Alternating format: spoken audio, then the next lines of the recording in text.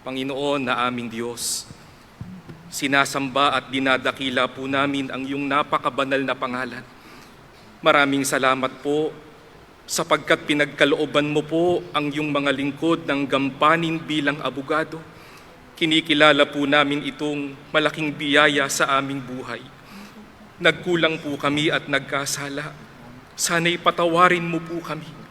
Patuloy pa po naming mapagbuti ang pagtupad ng aming gampanin. Hinihiling po namin sa iyo, Ama, bigyan pa po kami ng mga katangian.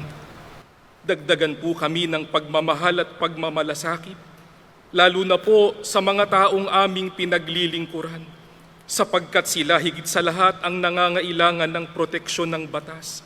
Sana'y gawin mo po kaming tapat, disiplinado, at sana po lagi po naming matupad ang iyong kalooban para nakapagbibigay kami ng kasiyahan sa iyo. Panginoong Hesus, sinasamba ka rin po namin. Ikaw na po ang bahala sa aming mga mahal sa buhay. Kapag kami tumutupad ng gampanin, lagi mo rin po silang proteksyonan upang payapa kami at sama-samang nakapaglilingkod sa iyo at sa Ama.